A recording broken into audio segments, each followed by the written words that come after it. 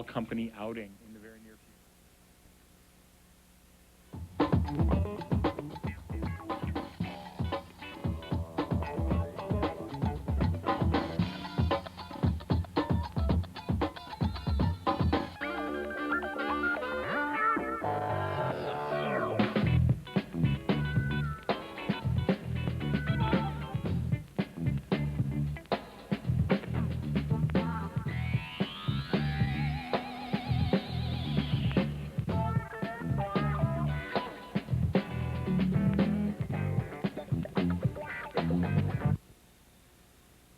Left and to your right is, of course, the super producer, Janice Williams. Hey, Jan. Hey, Glenn. How doing? Good, how are you? Very well, thank you. Hanging in there. What a gorgeous day today, huh? Oh, it's coming around. Great weekend. It's getting here. And we had a great weekend and a great week. I hope you did, too. We have a great show for you this evening. I want you to stand by for the second half of the show. We have Nettie Wild is going to be our guest, who is a filmmaker. In her bio, she's the director. She does all of the work. She does, and she's had some award-winning films in Berlin and in Canada. She's from Canada herself. She's got a great show coming up, a great documentary and movie coming up at the Coolidge Corner Theater this weekend coming up. So we're going to talk about that, of course. But first, let's get to Jan. See what's happening with her. How are you? I'm okay. What's happening? A lot of things going on. A little bit tired from our artful adventure yesterday, marching in the High Park Parade. Yes, a 2-mile trek around High Park yesterday with Senator Marion Walsh and some good friends over there. Mary Ellen Gambone was with us, and we enjoyed ourselves, of course. It was a great... What a beautiful day for a parade. Unbelievable. It was wonderful. And the band behind us just really made it. It made it a lot easier to march with the Waltham Legion Band, was it? Yes. Yeah. And they're one of these bands that do all these patriotic songs, but they play a few verses and then they sing. Then they sing as they're marching. They had a baton twirler and stuff. Every now and then there was a round of applause would break out. I thought that they were, but no, it was the it was the band. The band behind. It was good. It was a lot of fun. It was very good. Yes. But we're tired. Yes, you, myself, and the fabulous Rebecca walked, and of course it was well attended because of the beautiful day. Excuse my back. And if we saw you out there, and we're glad you pulled out and had a great time. The worst part about being in a parade is you don't get to see the parade. Yeah, but we were up at the beginning, which was nice. So that at the end, Becky and I were able to double back a little bit and catch some of the parade. It was actually pretty good. Did you get to see the Civil War contingent? Yes, we did, and in their period garb, they looked very good. The ladies were dressed. It was really fabulous. I mean, it must have been warm in there because they had many layers of clothing on. So it was interesting. We had to go to an area to park and then take a bus to the beginning of the parade, and we were on the bus with this Civil War contingent, and they're all sitting there in uniform with their rifles and different, It was just us and the cavalry, actually. And the ladies and everything. And as we were going down High Park Ave, there was a car accident, and there was a number of policemen in the middle of the street, and the expression on the policeman's face when he looked inside the bus. The cavalry's coming.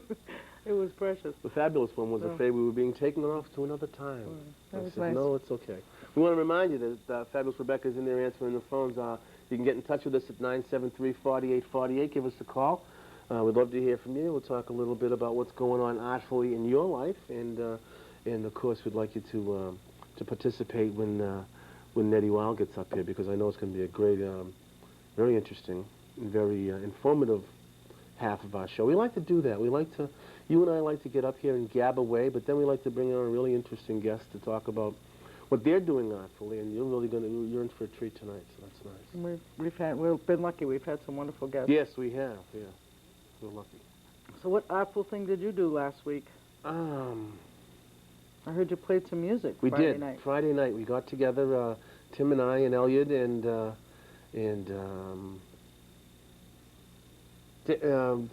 Bob Norberg. Thank you very much.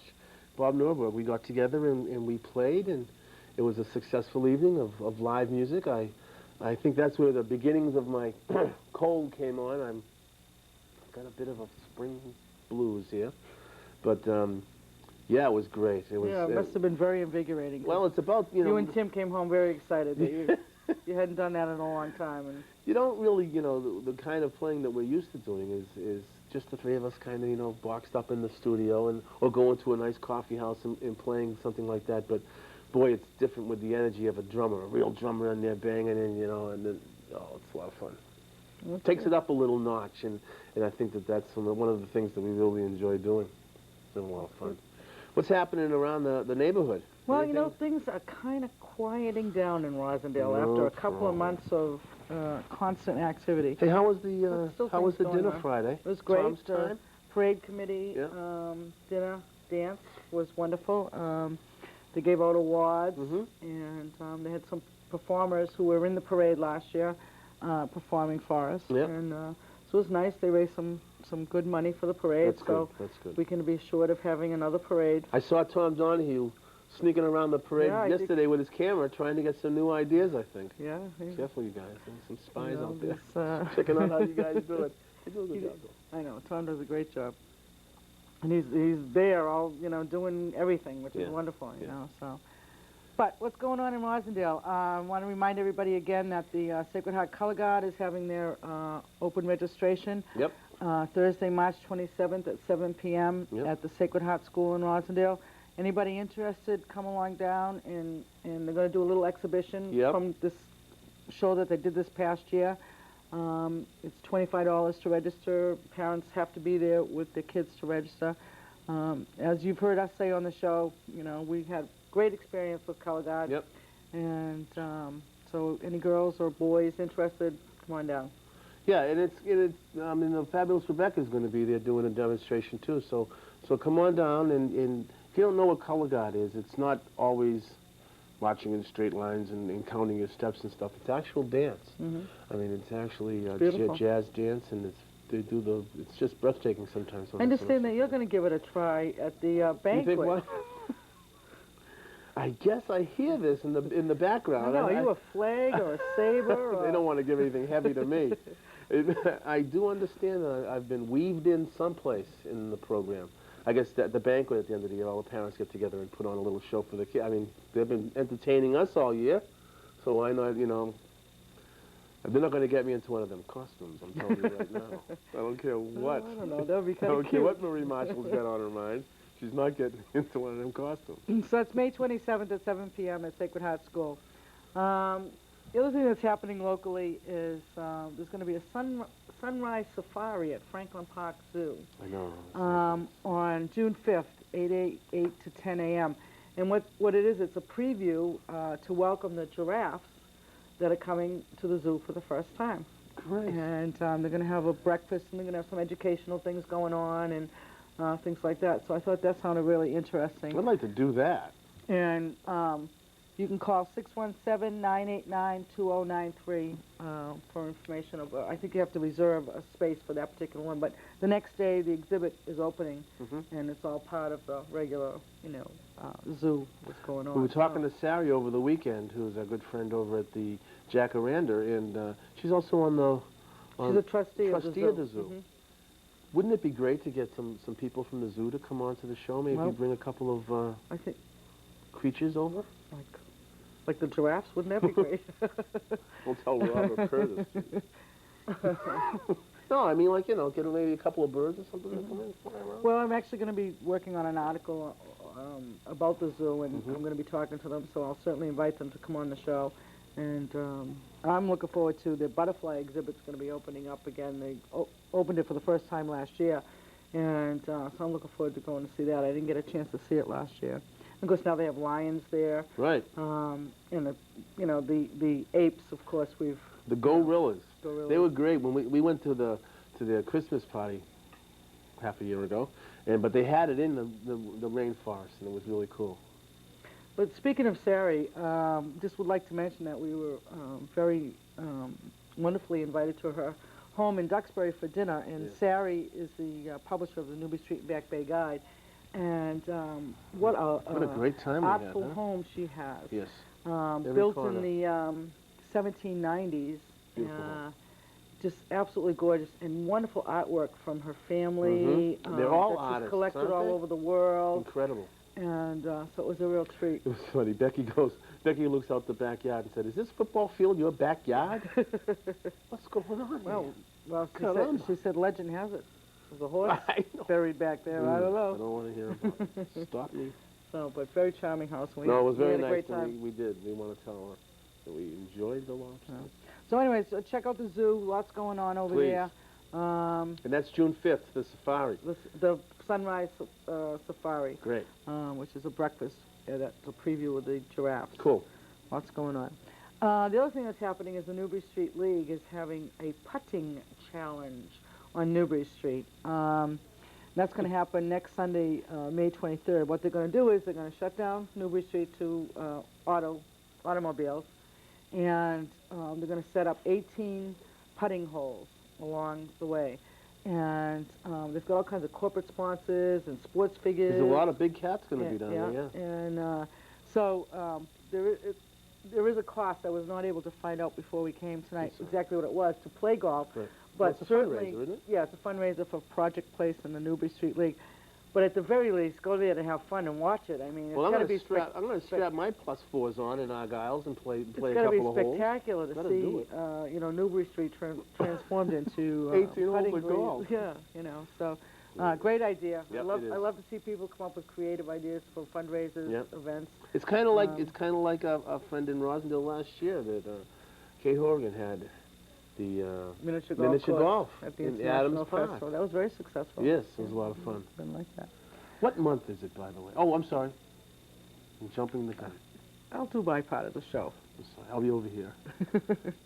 Last week, as I mentioned, May is Museum Goers Month, and I talked last week about a couple of museums, Museum of Fine Arts, the Isabella Gardner Museum, and so forth. I just want to mention a couple of things that are going on at some other area museums. The Children's Museum is having May is World Music Month at the Children's Museum, and every Saturday and Sunday there's going to be interactive performances of international music at 11, 12, and 1, and sounds like a great time for the kids and the parents too, but really interesting. I And love the kids I will love to actually see get music. involved and Yep. maybe get a couple of percussion instruments going. Yep, yeah. So I Sounds think it's great. really great. We like to see music Sounds like something being. we might be interested in getting involved in over there. That'd be nice. We like to see music being for the kids as much as possible. Absolutely. Certainly, they don't get enough of it as far as I'm concerned. No, they don't. And any venue is well appreciated.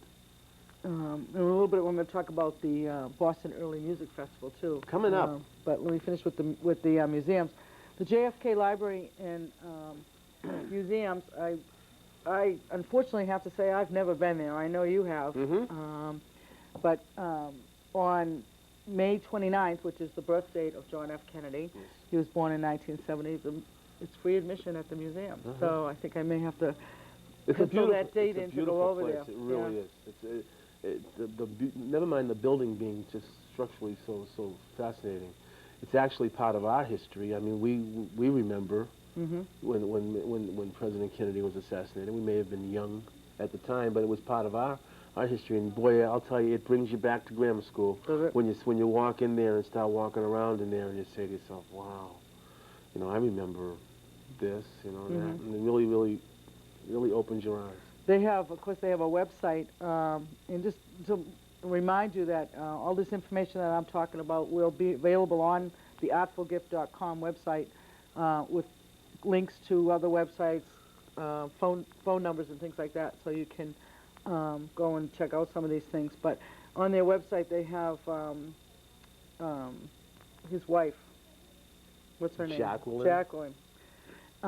They have a whole thing about her wedding gown. It's all there at the museum. Yeah, you can see and it. they also have it online, so it was Yeah. really fascinating. But the reason why I want to go is to see the Ernest Hemingway collection, which I think is fabulous. I guess that after Hemingway committed suicide, his wife was looking around for a place that would take his mountains and mountains of papers and things, and they were like kind of squirreled away in all kinds of places and not well taken care of, and she managed to gather them all, and it was going to go to a New York museum, but they didn't really have storage space for it, and she really wanted it to be someplace where people could actually see it, and and to be able to see the life of a writer and things like that. And of course, as we know, he was quite the character.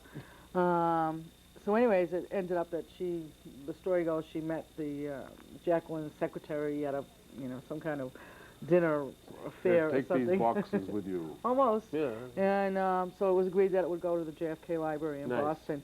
And part of it, I guess, when you go in there, I don't think you saw it when you went in I there. don't think it was there when Maybe I not. was there, no. But there's an antelope head he used to go on safaris, and he, in 1933, he shot and killed the antelope.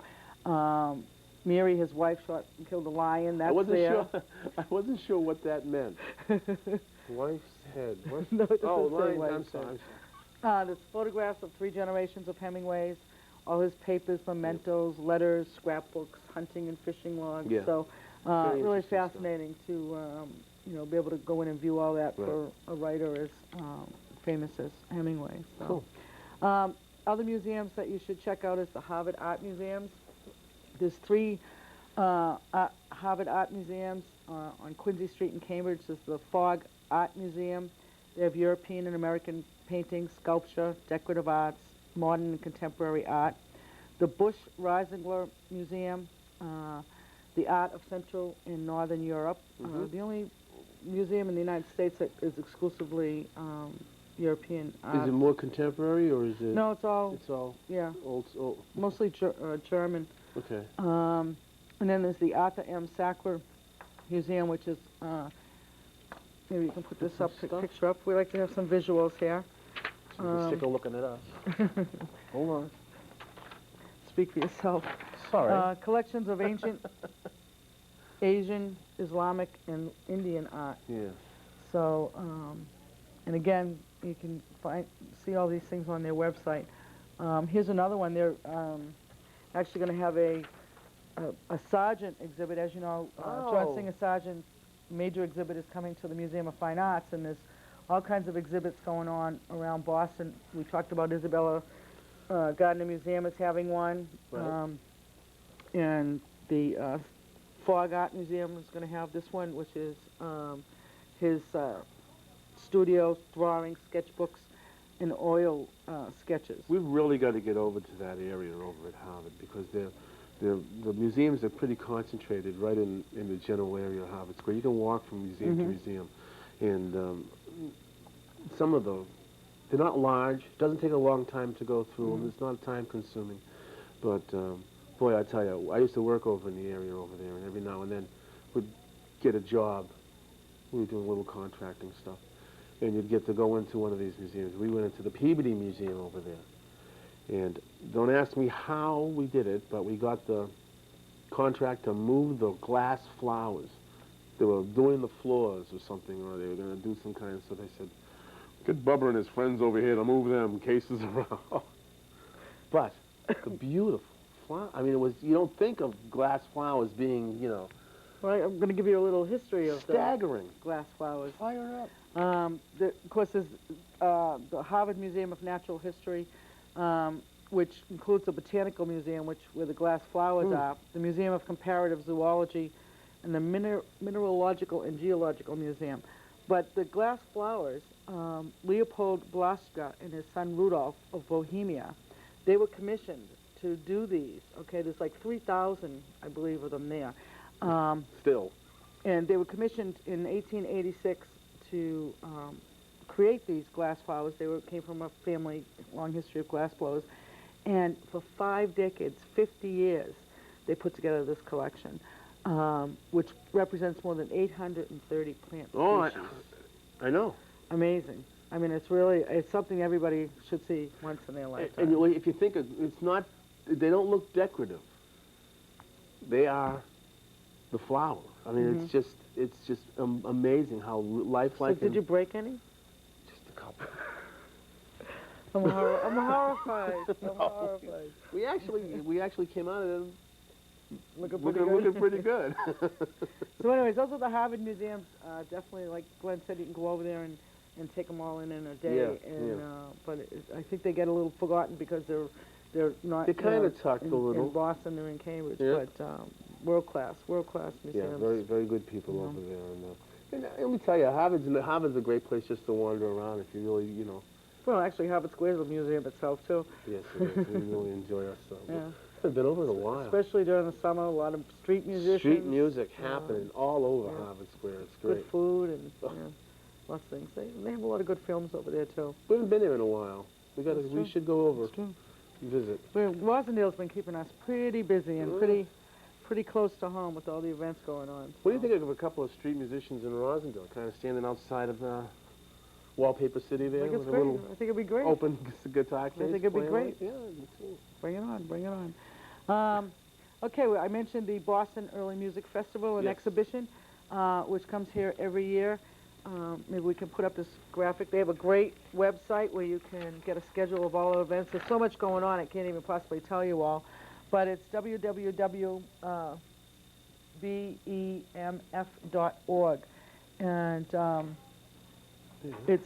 it's a wonderful event that's coming up. They're going to have a fully staged performance, their centerpiece performance called Ercole Amante, Hercules in Love. And it's Cavalli's 1662, written for the wedding of Louis XIV to the Spanish Infanta Maria Teresa.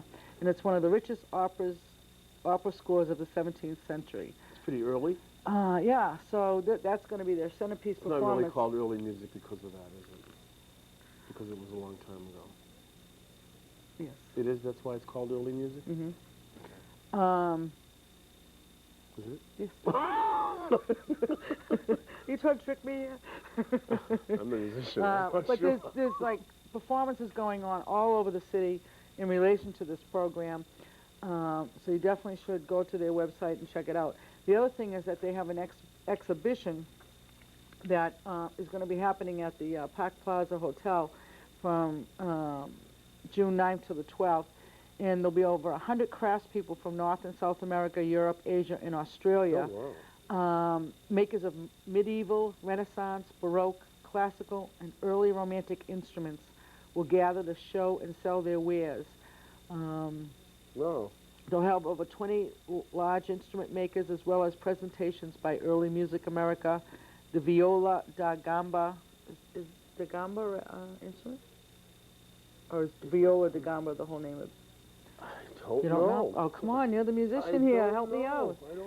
And other member organizations. There's going to be exhibitors of instruments, rare books, prints, manuscripts, antique instruments, record companies, publishers, and so forth and so on. You can pick up a lute there if you'd like. A lute. Great event. We were hoping that we would get somebody on the show, but I guess they've been pretty busy, and it's such a huge undertaking. What have they been doing? They've been at their what? Charrette. They're at their charretting. charretting as we speak. They're charretting as we speak. Well, that's Rob's word of the day, charretting. You know, speaking of early music instruments and stuff, there's a section of the Museum of Fine Arts that you really should dig into and find if you're there visiting. It's all instruments from bygone days, and I don't mean Elvis's guitar. I mean really, really beautiful, ancient, handcrafted instruments that are just gorgeous looking things. Yeah, I remember the day we came across that. It Yes. Kind of like just wandering around enjoying ourselves. Next thing we know, and they were closing or something. They were, and I kind of talked my way. It's not open all the time. No, it's not. Yeah. They rare. they have to have some cats got to be standing there watching. Unfortunately, not. Yeah, it's very rare. Maybe you could put this up for a quick second. This is interesting. Yeah, I got this in the mail. I wasn't even aware of this until it came in the mail, but there's a New England Artists Congress and Urban Artists Initiative Conference that's going to be happening pretty close to home at Hartford, Connecticut, June 17th to the 20th.